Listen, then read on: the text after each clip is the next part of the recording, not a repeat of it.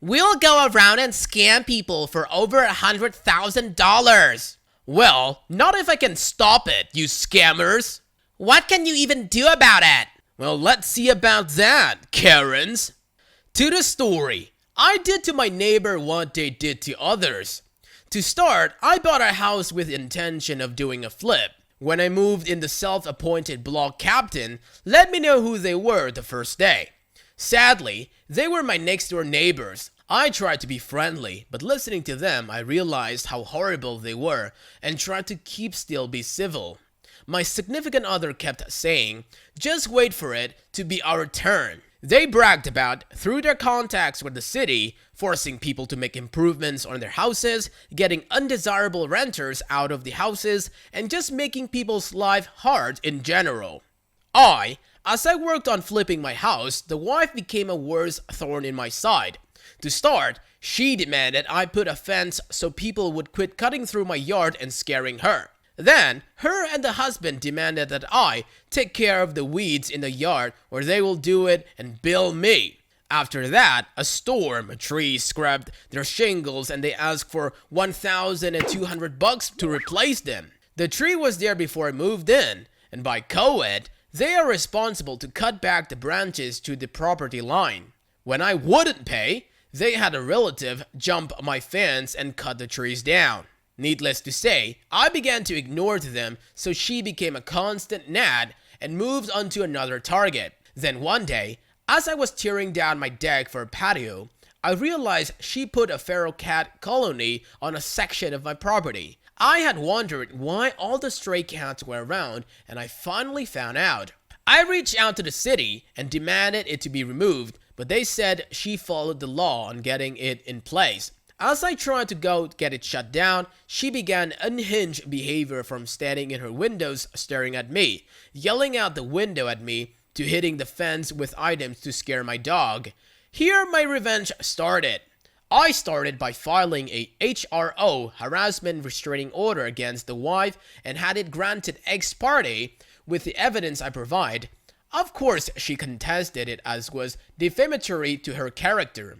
Before the hearing, the husband tried to physically intimidate me, so I filed one against him and it was also granted ex parte. In the hearing, it came up that there was an HRO against the husband as well. They dodged being served until I had it published as a means of service. I started to make complaints about them and their house. Also, I made police calls when necessary. As I did this, the other neighbors began to realize they could do to them what they had done to them and others. For example, as I was having my front door replaced, needing a building work permit. I knew they were doing internal remodeling, so I called the city inspector and they were fined for not having a permit. As she ranted at the inspector, he looked at my window and saw I had mine displayed. Their back porch became hoarded, so I made another call to the city inspector and they had to clear it out. Then, they had a broken window on the porch door, so I called an inspector and they had to replace the door. Next, the paint on their house was peeling, so I called an inspector and they had to repaint. The inspector also found the wood underneath was rotted, along with their front porch was sloping. So, they needed to fix the front porch sections of wood and repaint. Through all this, they had cameras to prove that they were not doing things I said, in other words, hitting the fence. They also pointed a camera at my backyard. As it was legal to point a camera into my yard, and a part of my HRO was her intrusive watching behaviors, I gave the camera the middle finger on my way and from my garage. When she complained with the city tiring of her, their response was she admitting to intrusively watching me. The fight over the cat colony come to an end when I realized one of the cats had a serious disease and I began to capture them and turn them into animal control. Don't worry, animal control was part of the feral cat program, so they would not be put down, but the neighbor would have to pay a fine to get each cat out or have a colony closed. Finally, I caught the sick one and it had rabies. Part of the program was for her to capture each new cat and have it vaccinated, something she admitted to willing not doing on her GoFundMe for the colony. I soon had the GoFundMe shut down when I provided the evidence she was not using the funds as she stated they were going to be used. The city now had to act to close the colony. The person at the animal control who wouldn't respond to my complaints was fired. The neighbors called in a city mediator who we met with, presented all the evidence and said we would not meet with them, and provided extremely racist tweets they made about neighbors. The city cut ties with them as community leaders. With their power to overpower people gone, and having spent what I can only imagine in fines and repairs like they did to numerous other neighbors, after 14 years they sold their house and moved out, way out to the suburbs where they only have one neighbor about 50 yards away. They knew I was wrapping up my flip and would be out in less than a year. Without being able to making life hard for their neighbors with people having their back, they seemed to have no further reason to stay. Needless to say, I did several more things to wear them down. Finally, when I listed my house, it was sold while theirs was still on the market.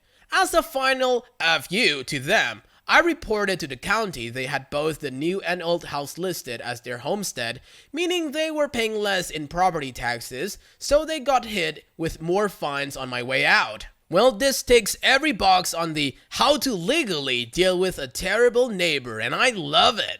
On to the final story, Farm Folk versus City Crew. Hello all, my nieces and nephews have decided that I, as the cool auntie, must master this thing called Reddit with stories of my youth.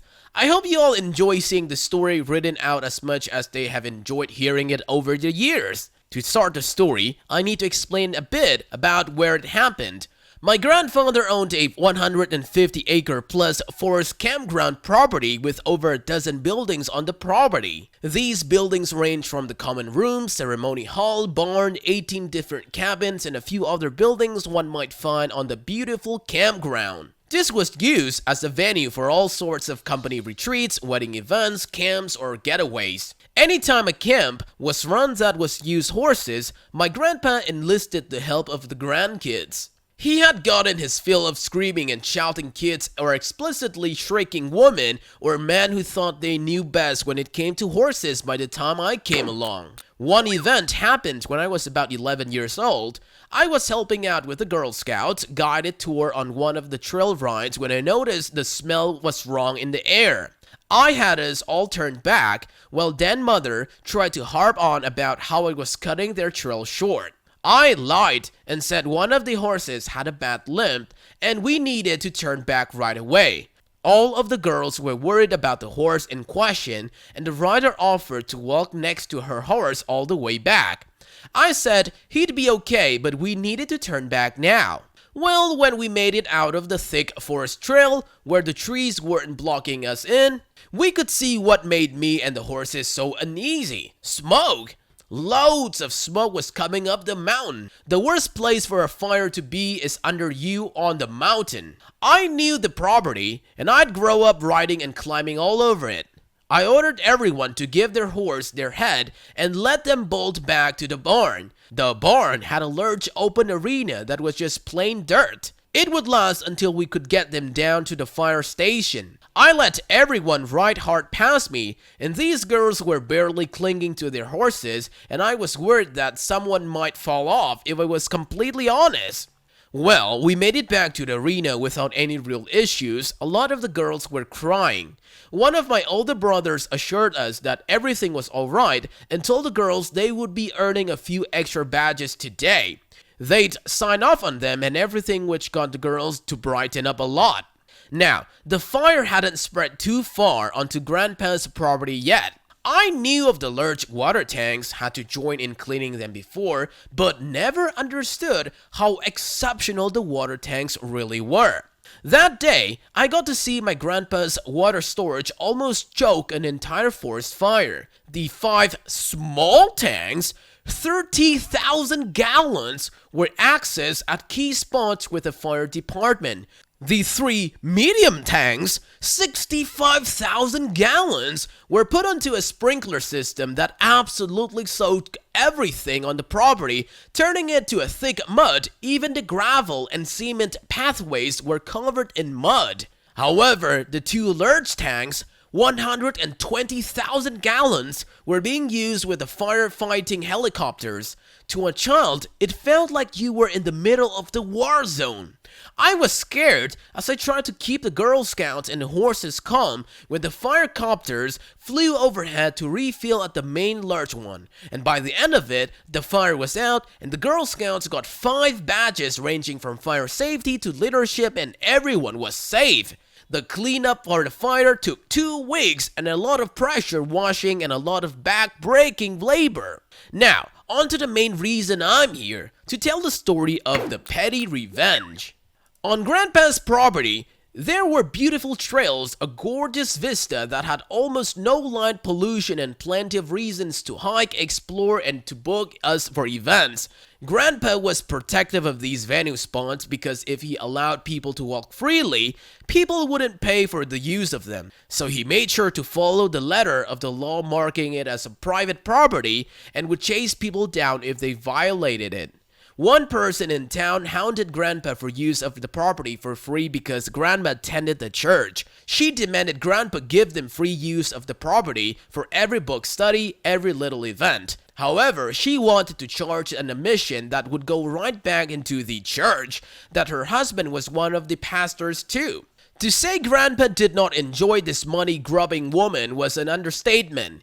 He wasn't a churchgoer, but to keep the peace with his wife's church, he would host free events once a year or so for this church youth. A free event to come up. Be fed for a 3-day weekend, interact with the horses, go on trail rides, and go fishing in the river on the big pond on the property. He would host a 3-year for the children in the valley, depending on their age. He would also enlist his kids and grandkids to help out with the event to save on the cost of running them. Well, after doing this for 5 years, it came out when I went to the church that she had been charging families almost $300 for the sake of going to the church. I had gone with my oldest brother, who they assumed was my dad, and tried to sell him on the event. My brother's face went red and he asked for further confirmation on the dates and the event itself. He agreed to think about it, and the woman went on to badger another family. They offered sponsorships that allowed the kids to go up for a discount too. She was squeezing every last penny out of her fellow church goers. My brother and I had been there to talk to the head pastor, not this woman's husband, about him visiting our grandmother since she was bedridden due to her old age. Mid-sermon though, my brother stood up after whispering to another woman to ask if the one hosting the service was the husband to that woman or not. When she had confirmed that he was, my brother stood up. This was not our church. No one here knew us.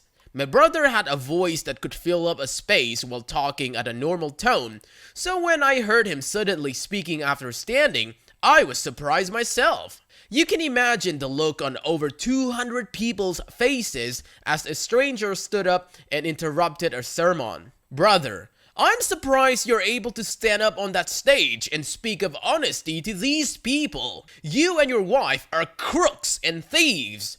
You have been stealing from them for who knows how many events. I'm curious how far down the rabbit hole your theft goes.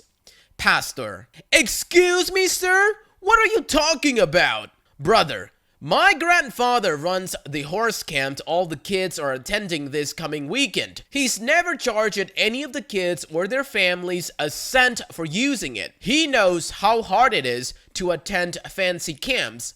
He had to pay for all the kids. He hated having to come up with so much money all the time. He hosts free event for the kids. His grandkid helped him run the event. I should know I'm the stable master during the event. You could have heard a pin drop. The pastor's face turned a few shades of red, and then a woman stood up a few rows back from us. Woman, what do you mean he doesn't charge? This woman looked ready to breathe fire, and I noticed this woman had 5 children with her.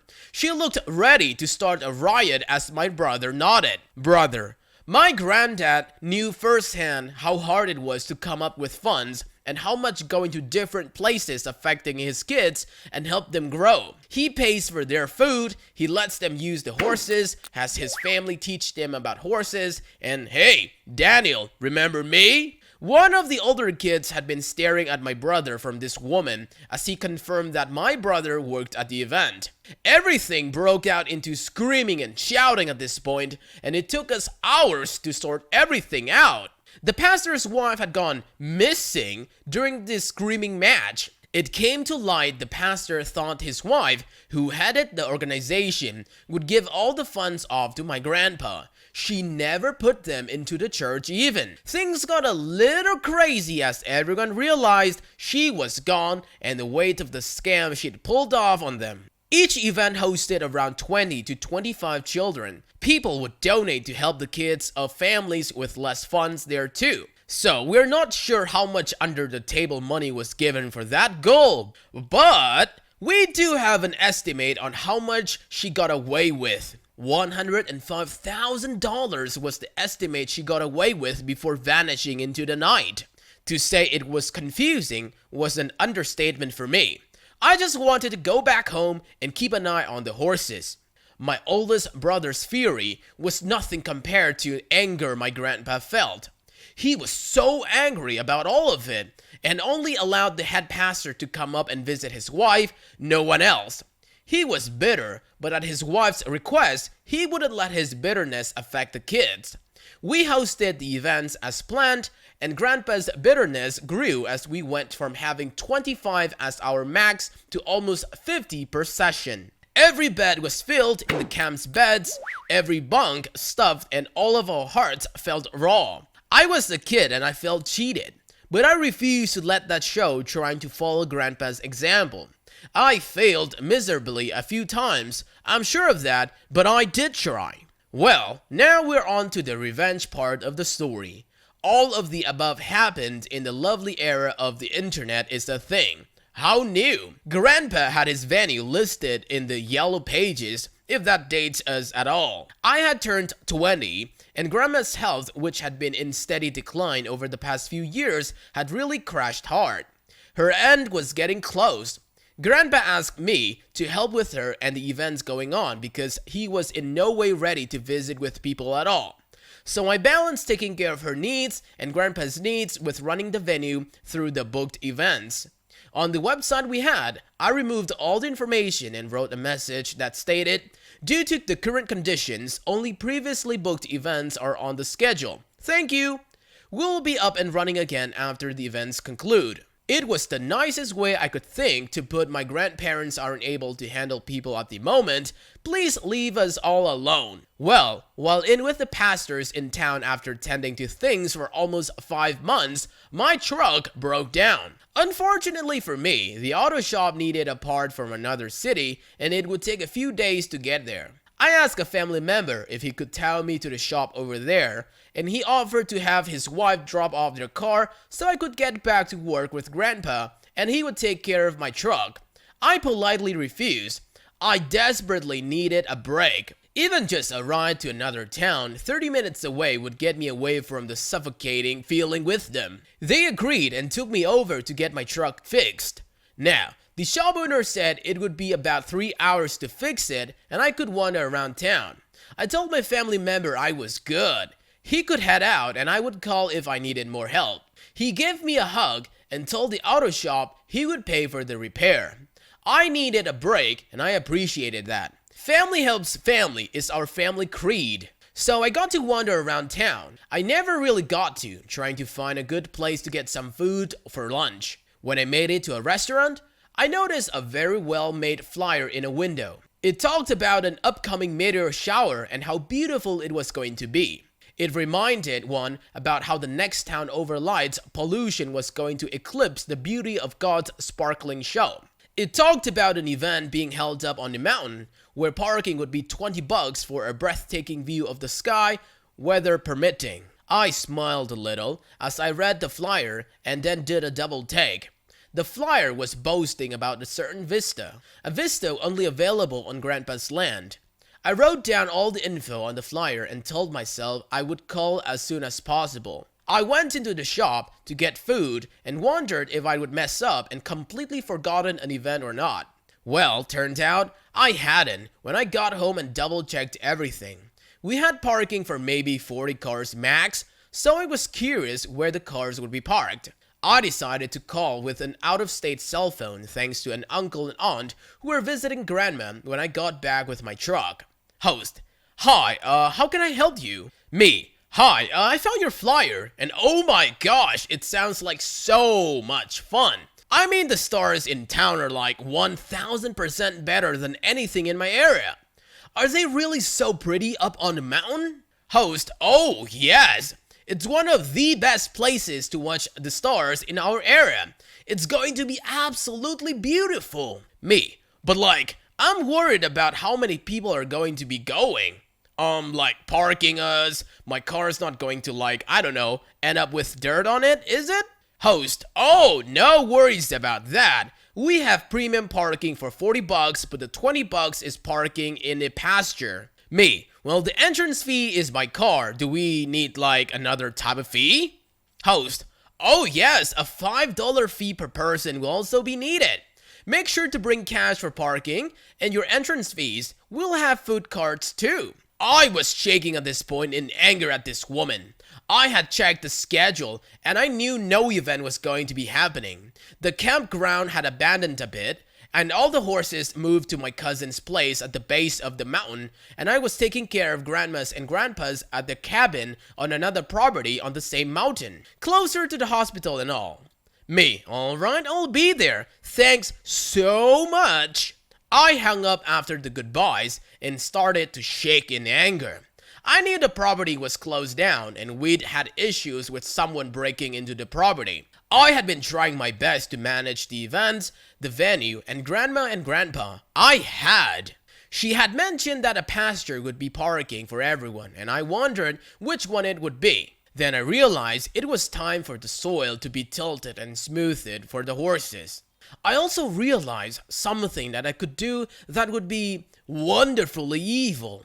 I asked my visiting family if they wouldn't mind keeping an eye on grandma and grandpa, and I sped off to visit a family member. This particular man had married one of my grandma and grandpa's daughters and adored the family and worked as a part of the fire department for our area. I came in with all the information I had and told him my plan.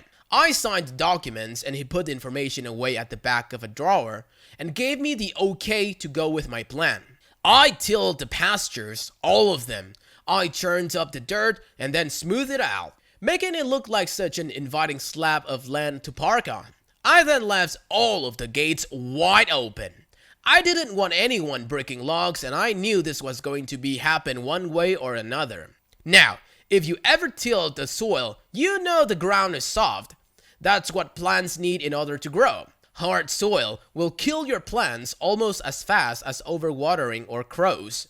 The day before the event, I was in the main parlor getting some water when I noticed a car coming up. They sped up, and who stepped out but the pastor's wife I'd seen all those years ago and another woman from the same church.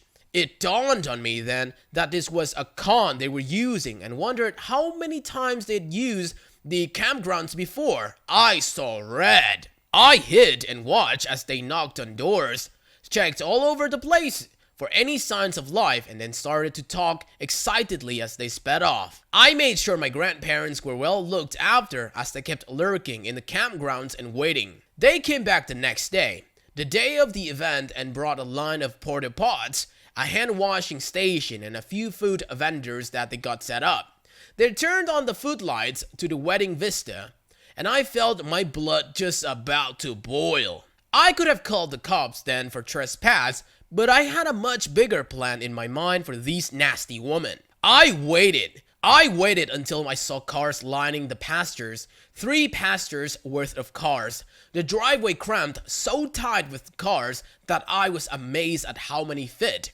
The gravel drive was even being used, and so was the cement area by the barn. I hadn't realized how big this event was really going to be, and instantly started to worry about my plan. There were so many people. But I had followed the letter of the law with the help from my family. I had posted the private property and the closed for maintenance signs up all over the place. I was so nervous as I saw so many people going up to the path, but resolved that my plan was foolproof. When the food vendors turned off their lights, I knew it was time. Everyone was blocked in and up at the vista. I started with the pastures. That lovely soil plus the sprinkler system quickly became a muddy sink hole that stuck all the cars up to the tires or doors. I went all out. I turned on every fire sprinkler on the property. I knew the vista was getting a proper soaking too. Everything was. I had started with the pastures first and with the sprinklers that could douse a fire. It did everything I remembered as a child. It flooded the pastures, it made the driveways impassable, it washed out parts of the road for anything other than off-roading trucks or vehicles. With over 100 cars in the pastures, I was gleeful as I heard people coming down the path. I shut off the sprinklers after 10 minutes while everyone tried to figure out what was going on. People were calling the police, emergency services, screaming and confusion everywhere. The two-woman's car, I had taken a great delight in letting the air out of the tires and adding extra water under. The car was sunk pretty deep. Well, my work was done. I hiked out and down the hill and left to go back into town. Police made it up by the time I'd already gotten back to Grandma and Grandpa's place. I was found there, and family vouched that I had been there the entire night when the police showed up. I explained to the police I wouldn't be caught up on the campground tonight, especially not with a fire safety test going on. We were to test the water tank's pressure by running them on an automatic timer for 10 minutes and then measuring the water missing from the tanks in a few days when things settled and were passable. They wanted to know about the event, and we said we weren't hosting any events at all. Why would we? When we told the police department almost a month prior, the campground was closed until further notice. The two women who had hosted the event were caught and charged with trespass and a whole mess of other things, including reckless endangerment. The firemen produced the permit too, to test the fire tanks. After all, they were paramount to the running of the fire department. They had 2 helicopters that would fill at those stations after all, and they needed to make sure that each pump could push out 100 gallons per minute after all. The woman had to pay for tow services, damage the towing caused to the property, hotels and inns for the people who were stranded, and didn't have someone else to pick them up, and a ton of legal fees. The woman from the church had been wanted for her previous crimes and had been living at this woman's house, helping her to run similar scams all over the country by using out-of-season abandoned properties for their scams. I don't have too much information on the end of it all, because unfortunately at the time it was wrapping up, Grandma passed away. I do know that all the profits from the scams had been sunk into fixing the damages and repaying for the crimes. It cost a lot to dig out the cars that got stuck in the mud. I hope you all enjoyed my tale of revenge. I did not expect it to be so long to write it up, but then when I tell the story to my families and friends, they all know the campground, so I don't have to go into that. TLDR, woman tried to take advantage of seasonal campground closures, get caught, and all the profits sunk in the mud. Oh, this was a delicious snack for today. Thank you, OP. And you did right by your grandpa. I love hearing about when family take care of each other. That's it for today, fellow humans. Thanks for watching. Be sure to leave a like, comment, and subscribe. See you guys next time.